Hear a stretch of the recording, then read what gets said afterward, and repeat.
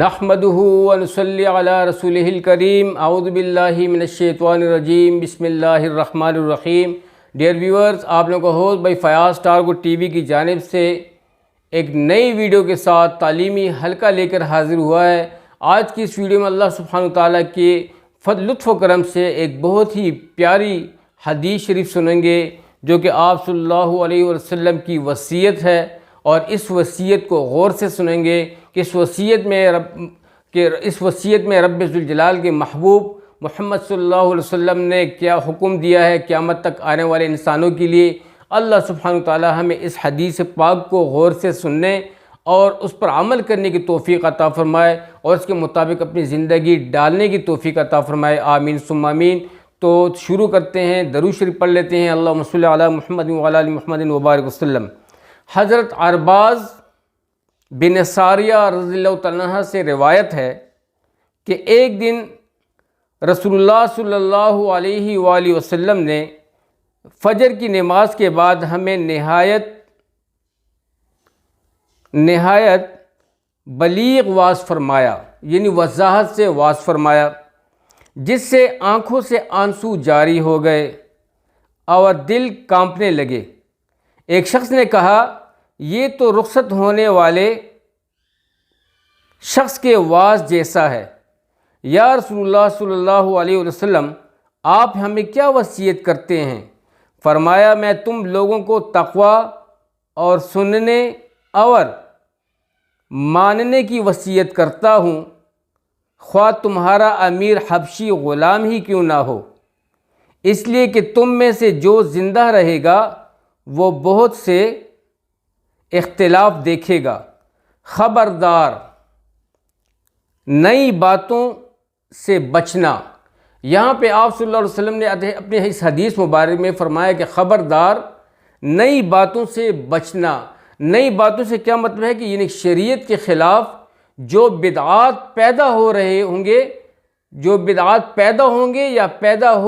گے یا جن بدعات کو پیدا کیا جا رہا ہوگا، تو آپ صلی اللہ علیہ وسلم نے اس کے بارے میں خصوصاً فرمایا کہ شریعت کے خلاف جو بدعات پیدا ہوں گے اس وقت، تو ان سے لازمی بچنا، کہیں اس دلدل میں نہ پھنس جاؤ، ان کے چالوں میں نہ آ جاؤ، اور تم ان بدعات کو کہیں اپنانے والے نہ بن جاؤ، کیونکہ یہ گمراہی کا راستہ ہے۔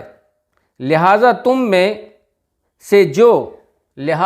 میں سے جو شخص یہ زمانہ پائے، اسے چاہیے کہ میرے اور خلفائے راشدین مہدیین یعنی کہ ہدایت یافتہ لوگوں کی سنت کو لازم پکڑے۔ تم لوگ اسے دانتوں سے مضبوطی سے پکڑ لو۔ یعنی کہ جو خلفائے راشدین اور مہدیین ہدایت یافتہ لوگوں کی جو سنتیں ہوں گی، جو ان کے طریقے ہوں گے، ان کو آپ لوگ دانتوں سے مضبوطی سے پکڑ لینا۔ دانتوں سے مطلب یہ ہے کہ اس سنت کو آپ لوگوں نے مضبوطی سے تھامے رکھنا۔ آپ نے میرے طریقوں کو، جو میرے صحابہ کرام کی سورس سے تم تک پہنچی ہیں، ان کو مضبوطی سے تھامے رکھنا آخری ایام میں، یعنی قیامت تک نزدیک یہ جو یعنی کہ قیامت تک، یعنی کہ اللہ تعالی ہماری حفاظت فرمائے۔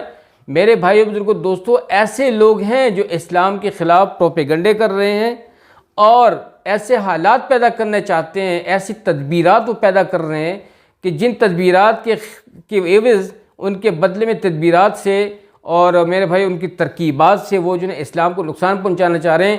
نقصان تو وہ نہیں پہنچا سکتے، کیونکہ رب ذوالجلال فرماتا ہے بسم اللہ الرحمن الرحیم وَمَكَرُوا وَمَكَرَ اللَّهُ وَاللَّهُ خَيْرُ الْمَاكِرِينَ۔ اگر وہ لوگ تدبیریں بناتے ہیں تو تمہارا رب بہترین تدبیر ہے اور بہترین جو ہے نا کارساز ہے، اور بہترین تدبیر کارساز ہے، وہ جو ہے نا بہترین تدبیر بنانے والا ہے۔ لیکن ان لوگوں کو ان کی کارستانیوں کی سزا ضرور ملے گی جو بدعات کو پیدا کرتے ہیں اور برے تدبیریں پیدا کرتے ہیں، اور بری تدبیروں سے ایسے بدعات کو جنم دیتے ہیں جس سے مومنین و مسلمات کو گمراہ ہونے کا خدشہ ہوتا ہے۔ تو اس لیے آپ صلی اللہ علیہ وسلم نے فرمایا کہ آپ لوگوں نے میری حدیثوں کو، میرے صحابہ کرام کے طریقوں کو، اور اس وقت کے جو یعنی کہ جو ہدایت یافتہ مہدیین ہیں ان کے طریقوں یعنی کہ آپ نے مضبوطی سے تھامے رکھنا ہے جو سیدھے راستے پہ ہوں گے. آپ نے بدعات نہیں اپنانے, شریعت کے خلاف جو بدعات پیدا ہوں گی ان کو بالکل ان کو فالو نہیں کرنا, وہ شیطانی راستے ہوں گے. تو شیطانی راستوں سے بچتے رہنا, ورنہ کیا ہوگا, نقصان میں پڑ جاؤ گے, ہلاک ہو جاؤ گے, اور تم جو ہوگے پھر جو ہے نا تم لوگ بھی گمراہ ہو جاؤ گے. ٹھیک ہے نا جی, یعنی کہ مرتد ہو جانا. تو میرے بھائیو بزرگو دوستو, سنن ترمذی 76 ابواب العلم باب ما جاء فی الاخذ بالسنہ واجتناب البدع میں یہ حدیث شریف ہے. میرے بھائیو بزرگو دوستو, کہنے کا مقصد یہ ہے کہ اللہ سبحانہ وتعالی ہمیں اس شر سے بچائے, اس مصیبت سے بچائے, اور جو اس ٹائم جو مسلمین ہوں گے اس وقت میں, یعنی آج بھی دیکھیں کافی فتنے پیدا ہو رہے ہیں, کافی بدعات ایسے. بدعت کسے کیا کہا جاتا ہے؟ بدعت وہ چیز ہوتی ہے جس کو آپ صلی اللہ علیہ وسلم نے پرفارم نہ کیا ہو اور ایک نئی چیز آپ دین میں متعارف کروائیں, اس کو بدعت کہا جاتا ہے. یعنی کہ جس چیز کو آپ صلی اللہ علیہ وسلم نے پرفارم نہ کیا ہو, وہ آپ صلی اللہ علیہ وسلم کی سنت سے کنسرننگ نہ ہو, اس سے آپ صلی اللہ علیہ وسلم کی سنت سے کوئی تعلق ہی نہ ہو, اور کوئی غیر بندہ اس میں کوئی نئی چیز ثواب کی نیت سے کھڑی کرتا ہے کہ یہ جی ثواب ہے یہ, تو یہ اس کو بدعت کہا جاتا ہے. ان بدعات سے بچو, اور جو ہیں اپنی اولادوں کو, اپنے آنے والے سب کو اس کے بارے میں سمجھاؤ کہ اگر اپنے ایمان کو محفوظ رکھنا ہے, اپنے آپ کو پروٹیکٹ کرنا ہے, اور رب ذوالجلال کی رضا چاہتے ہو, اس کی خوشنودی چاہتے ہو, اور اس کے نبی صلی اللہ علیہ وسلم کی مبارک احکامات پر عمل کرنا چاہتے ہو, تو اس کی سنت کو مضبوطی سے پکڑے رکھو. اسی لیے اللہ کریم بھی فرماتا ہے بسم اللہ الرحمن الرحیم وَاعْتَصِمُوا بِحَبْلِ اللَّهِ جَمِيعًا وَلَا تَفَرَّقُوا. یعنی کہ آپ صلی اللہ علیہ وسلم کی جو سنت ہے وہ اللہ سبحانہ تعالیٰ کی اسی رسی سے مطلب ہے کہ کنسرننگ ہے.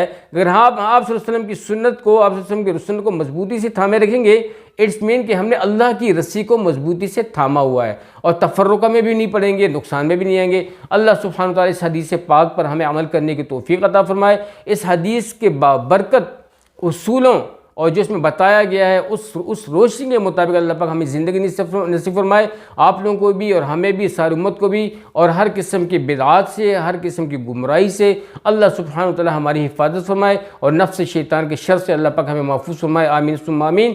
امید ہے کہ آج کی ویڈیو آپ لوگوں کو بہت اچھی لگی ہوئی. ضرور چینل کو, جو ساتھی نئے چینل پہ چینل کو سبسکرائب کیجیے گا, اور ویڈیو کو لائک کیجیے, اور سب کو اس کے بارے میں جو ہے نا اس کو شیئر کیجیے گا. اچھی باتوں کو اپنے پاس نہ رکھیں بلکہ ان کو پھیلاتے جائیں, زبان کے ذریعے سے ہو, ٹھیک ہے, اور جو ہے نا موبائل کے ذریعے سے ہو, اعلان کے ذریعے سے ہو, کسی ابلاغ یعنی کاغذ پہ لکھنے کے ذریعے سے ہو.